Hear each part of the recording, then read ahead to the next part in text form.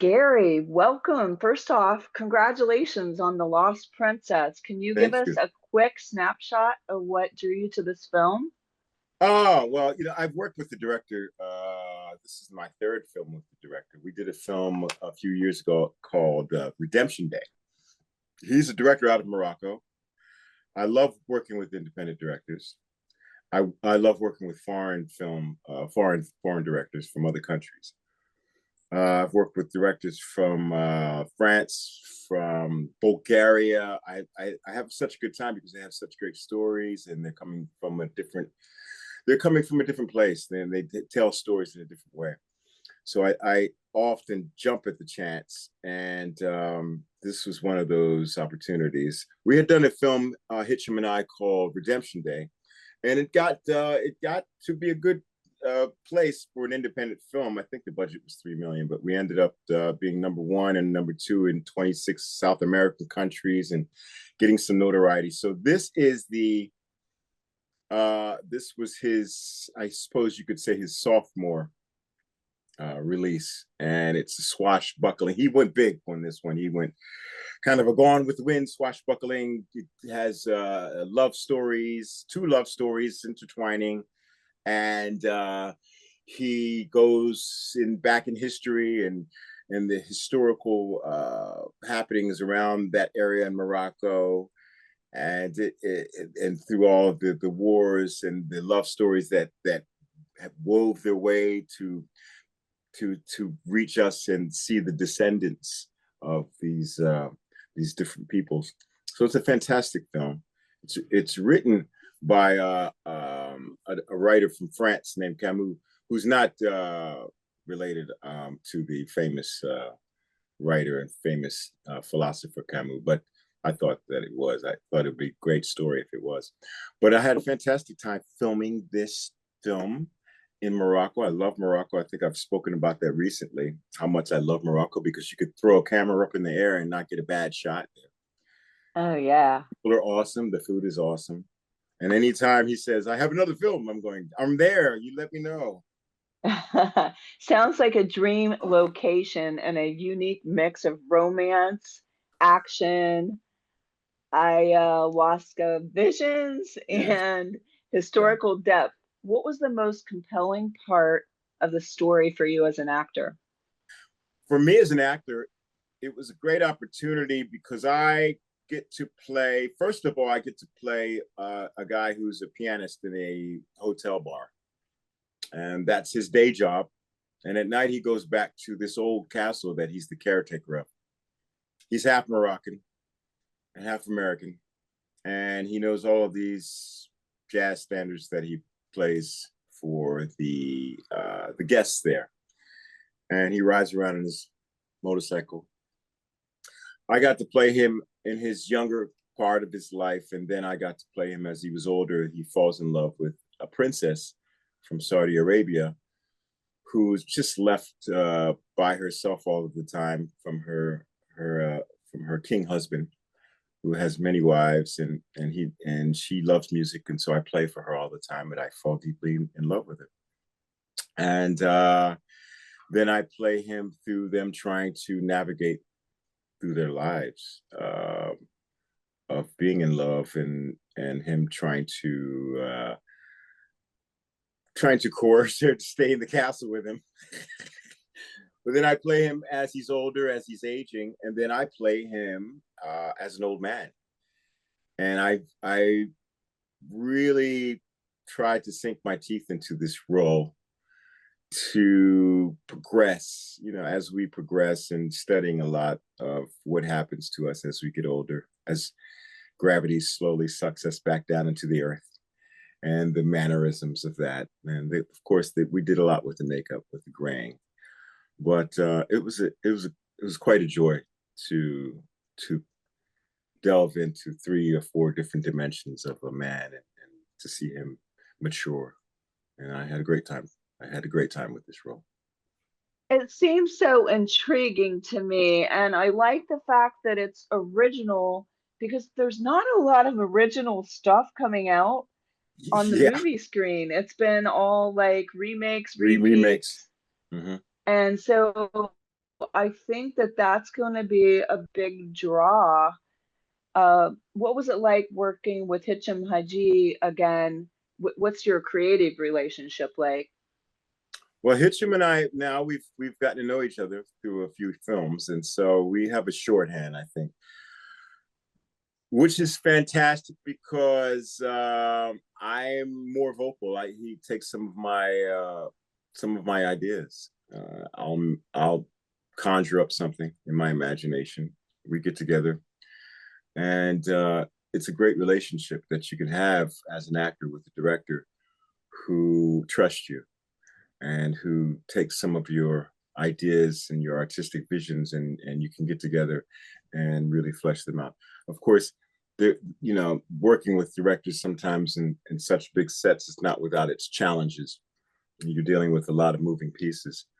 But I did working with Hitchum because he has grand scale vision. He was the DP, and he was working on a lot of the crews for all of the films that have been shot in Morocco. Now, when you're talking about all of the films that have shot in Morocco, we're talking about Tony Scott, Ridley Scott. We're talking about the Kingdom of Heaven.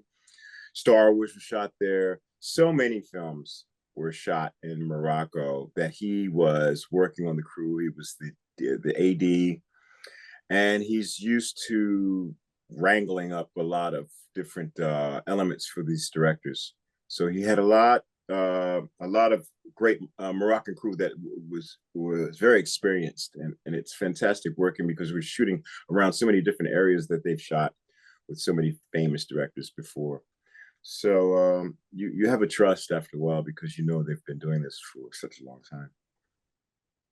time. I mean, then you can just do your art because you can rely on the team and the creativeness. Precisely. Yeah. You were in a haunted castle, like it's haunted with Yeah. And spirits, ghosts. it was actually a real castle from the I believe from the 14th century. Um, and it's now a UNESCO World Heritage Site. I think it was on its way to becoming, and it's a dilapidated castle. Uh, I had, you know, delusions of grandeur of maybe living there, but no, it's too cold. It doesn't have any heat. it was it was absolutely gorgeous, and it really, when you look out the window, you're walking up 3 stories to get to the top and to get to the main rooms, and you see all of the inlays that they've done, all of the work that they've done to make it a castle is extraordinary. So to shoot in such a structure that has such history, to imagine that it has spirits floating around it was not a difficult thing, you know. It's a lot of spiritual energy, a lot of it's a real castle. So, but it was gorgeous. You imagine you didn't imagine any ghosts or Yeah, we anything. didn't have Did you to. feel like you We didn't have heard to. any?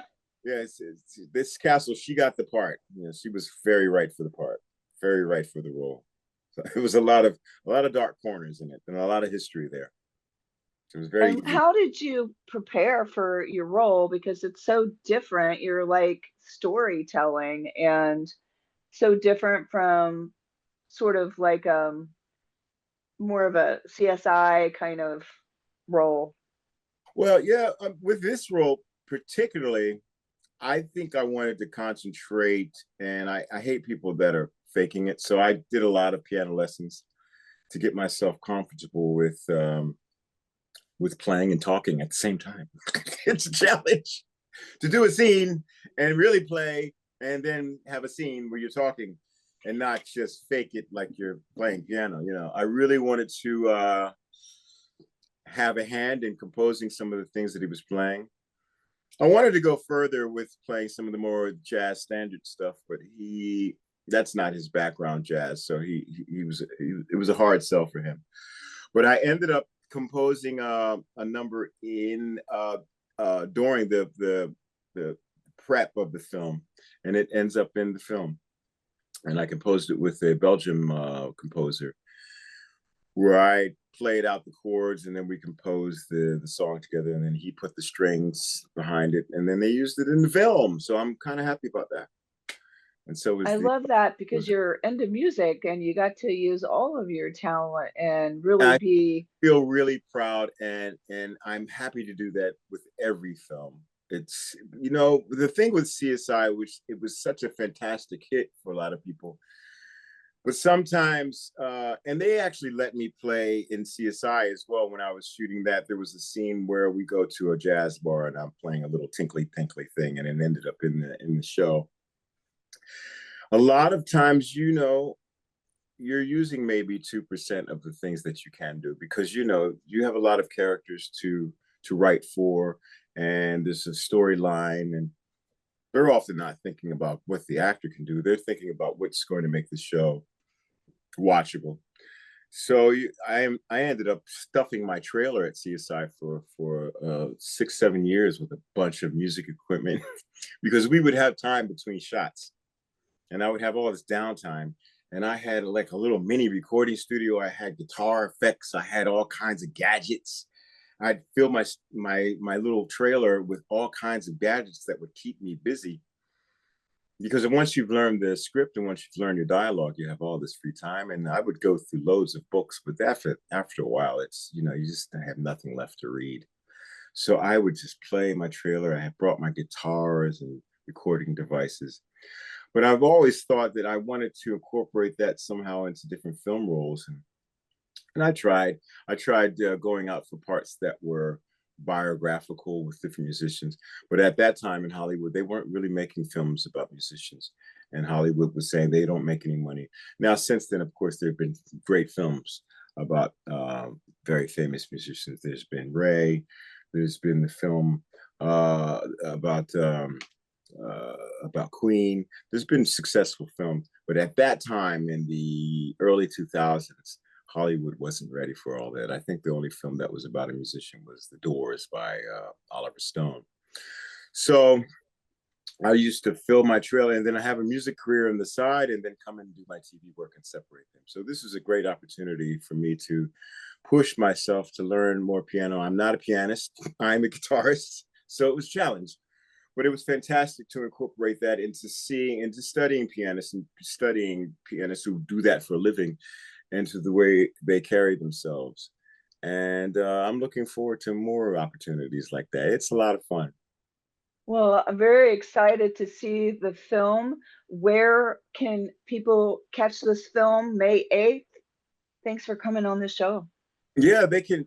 So far, I've been hearing from the director, it's growing as far as the places that they can see the film. Now, I know that it's on Mubi, I think they said MUBI, um, Amazon, iTunes Movies, Apple TV pre-orders are available, and Amazon. Yes. Did you get all that? All right. I'm still learning. Yes, I got it, and There's so I'm many so streaming excited. services. I'm still learning. I'm excited to jump in and see that movie, and I wish you great success. Thanks for coming on, Gary. Thanks so much. Bless.